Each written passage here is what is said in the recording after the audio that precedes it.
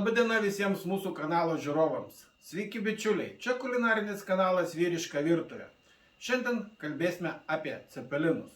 Ar žinote, kad švedai turi taip pat cepelinus? Jie vadinasi kropkakor, tai yra cepelinų vyresnysis pusbrolis. Todėl, kad kropkakor Švedijoje atsirado žymiai anksčiau negu Lietuvoje cepelinai. Švedijoje kropkakor pirmą kartą paminėtas 18 amžiui. Na, o lietuviški cepelinai atsirado 19 amžiaus pabaigoje. Kaip ir dauguma patiekalų, kurie po to įeina į tradicinę nacionalinę virtuvę, taip ir švediški kropkakorai atsirado kaimuose, kur buvo galima nesunkiai įsigyti tokių produktų kaip bulvės, šoninė, kiaušinis, svogūnai.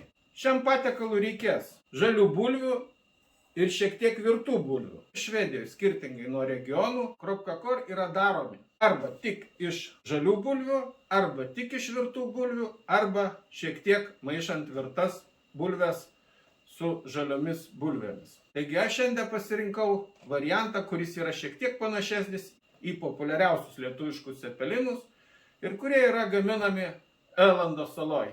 Žalių bulvių ir virtų bulvių santykis 1 turi būti prie 5, taip pat gali reikėti bulvių krakmolo, druskos, pipirų, šaltai rūkyta šoninė, supjausta kubeliais, kiaušinis, svogūnas. Švedai šį patiekalą valgo su bruknių uogiene, tai yra klasikinis švedų skonis. Taip pat reikės truputėlį sviesto. Bulves verdame su lupena ir kol bulvės šiltos, jas reikia susitrinti. Nulupam bulves.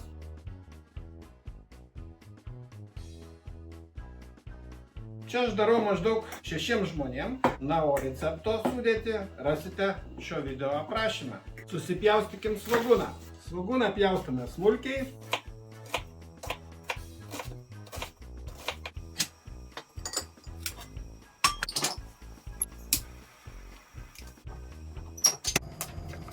Įdedam truputėlį sviesto. Sviesto įsilydžius sudedam šoninę ir apkepinam. Labai svarbu šoninę neperkepinti. Lengvai apkepam ir sudedam svogūnus. Svogūnus kepinam, kol gražiai pagels. Svogūnai gražiai pagelto, nukeliam nuo ugnies ir paliekame atvėsti. Pagardiname įdarą pipirais. Reikia mums susitarkuoti bulves. Jeigu turite tokią mašiną elektrinę, tai tarkuojate su ją, o jeigu jos neturite, tai yra tokia išmanioji rankinė tarka.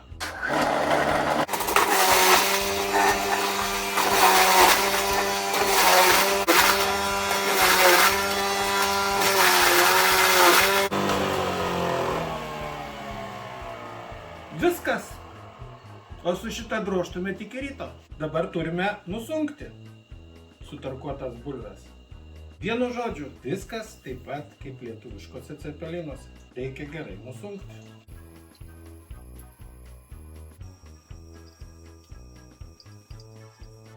Na, kažkaip taip.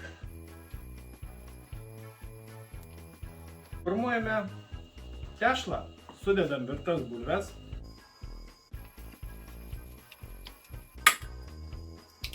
Įmušam kiaušinį, nupilame skystį ir jeigu yra krakmolo, tai jį reikia sudėti bulves. Bet čia krakmolo praktiškai nėra, kažkokios nemiltingos bulvės, reikės mums krakmolo įdėti.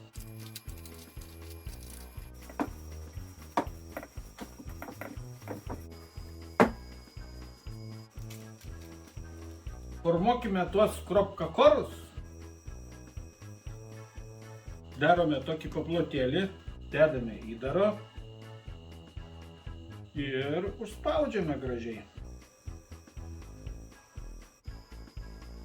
Darome va tokius teniso kamuoliuko dydžio kukuliukus.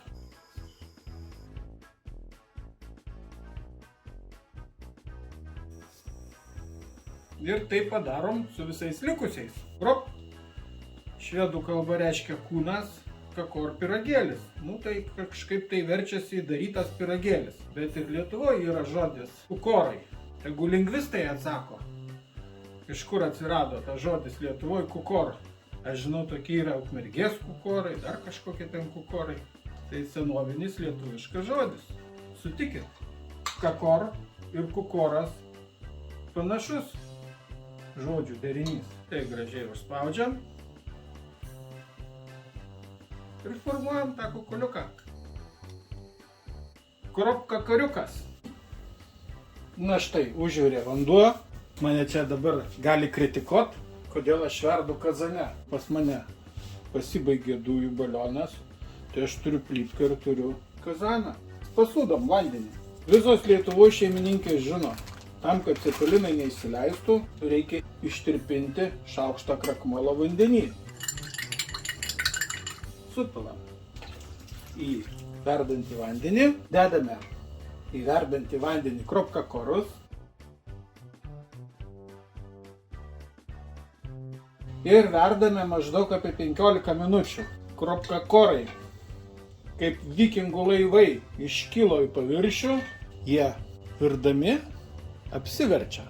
Kai viena pusė apverda, jie automatiškai apsiverčia. Va vienas apsivertė, dar vienas apsivertė. Praėjo maždaug nepilnos 20 minučių. Išimkime kropkakorus. Olandos salos gyventojai sako, kad kuo tamsesnis kropkakoras, tuo jisai autentiškesnis.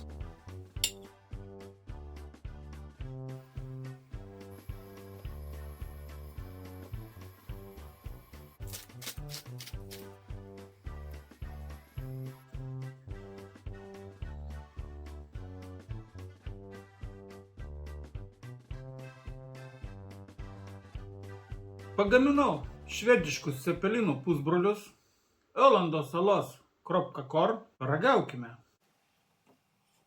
Va, galit pažiūrėti, koks sultingas. Bruknio uogienė, tai čia yra švedų skonio klasika. Lietuviam tai yra gal ir egzotika. Tai jeigu nemėgstat egzotikos, galit pasidaryti įprastinį spirgučių, svogūnų ir grietinės padažiuką ir valgyt taip, kaip valgot įprastus cepelinus. Galiu tik vieną pasakyti, cepelinai yra sunkesnis maistas negu švediški kropkakor. Švediški kropkakor švelnesnio skonio. Man tai ta bruknio uogienė labai tinka prie švediškų tų kropkakorų. Visi, kas mėgsta cepelinus, tikrai vertis šį patiekalą. Manau, kad švediški kropkakorai jiems patiks. Jie tokie skanus, kad aš juos pavadinčiau kropkakorikai. Tai yra švedų nacionalinis valgis. Tikrai rekomenduoju visiems išbandyti šį patiekalą. Aš nesustoju valgyti. Taigi, jeigu jums patiko šis video, spauskite patinka, negailėkit komentarų, nes toks yra YouTube algoritmas. Dalinkitės socialiniuose tinkluose, o jeigu norite palikti arbatpinigių, tai galite tapti kanalo nariu. Spauskit prisijungti, 99 centai per mėnesį ir jūs matysit tuos video, kurių jau nebemato kiti. Iki kitų skanių susitikimų. Iki!